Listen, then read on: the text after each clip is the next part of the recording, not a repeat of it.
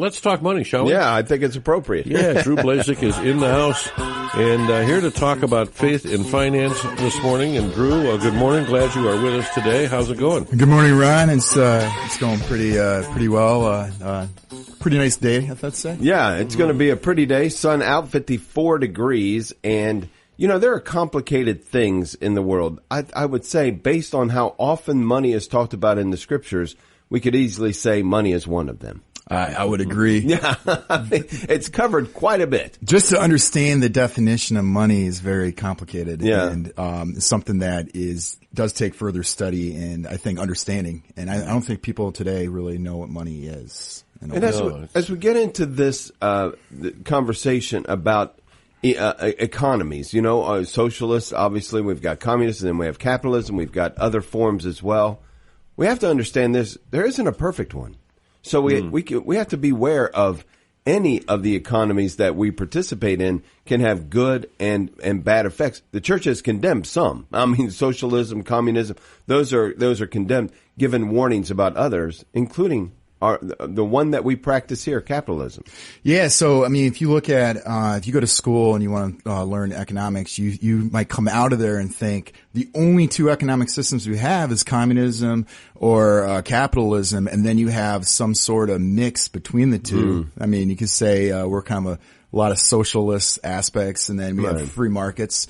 But what I learned is there's a Catholic approach, and I'm not going to say it's like in the middle in that regard, but it's different. There is actually a Catholic economics to this. Oh, right.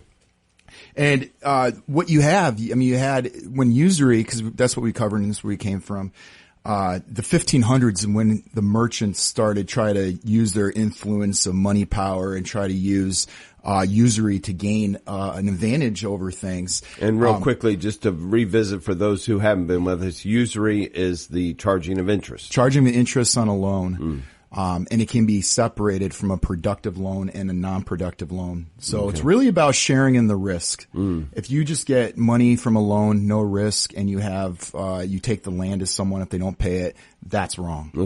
In that regard. So it was really in Europe a brutal process of going from what they had, the system of when people lived on sustenance of how they took care of things. They lived on the land, what the Lord had, and they had to pay the Lord in their area of what they produced. And then they implemented taxes. They had different rules where the poor couldn't hunt. That happened in England. They weren't allowed to hunt for their food. So what they had to do, they had to work. They had to pay taxes. The only way to do that was to work for someone who had some kind of manufacturing. And then you had the whole revolution that happened, industrial revolution. So, and then communism came and socialism trying to say they're exploiting the worker. And they try to use that. So you had Catholics, you had a great economist named Heinrich Pesch that came from, Germany that wrote, he's probably the most well-known,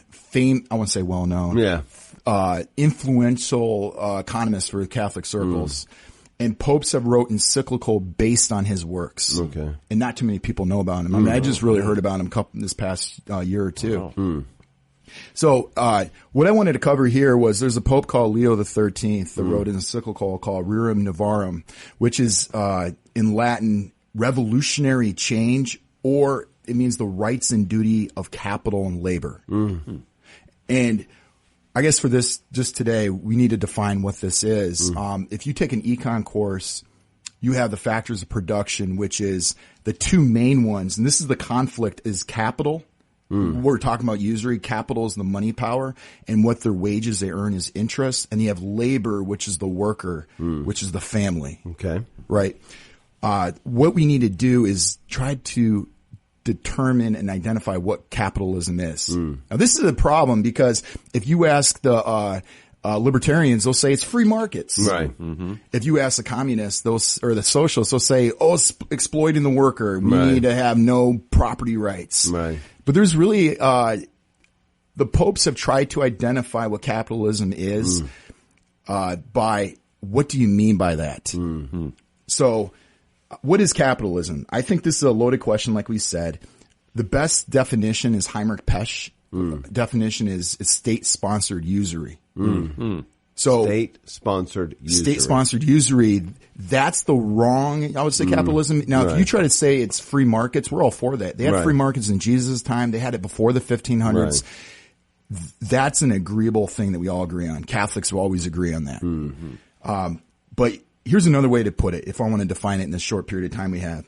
We have the systematic appropriation of surplus value. Okay, take us through that one. What the heck does that mean? Okay. So what is surplus value? If you took a bushel of wheat and then you out of that created flour. So you took wheat and you had surplus value. You created value out of the wheat. Right. And then from that you created bread. Right. Now it becomes the ultimate final good and service that people use as bread. And now that's the ultimate value from the wheat. That's the surplus value from where it came from. And what is the only input you put in there that gave it value? Was labor. Labor is the only thing that put in.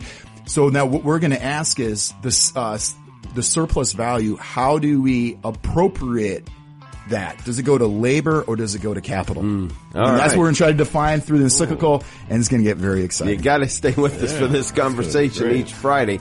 Look, it's important for us to understand, again, not saying that there's not, the church has its teachings regarding economies. As far as we're concerned, no government in the world has a corner on that. Each of them have their problems. We want to identify in particular what the goods and the difficulties are associated with the economy that we're a part of here in the United States. So thank you, Drew. We'll continue the conversation next Friday. Thank you. And we'll be right back on Morning Offering, kicking off the 8 o'clock hour.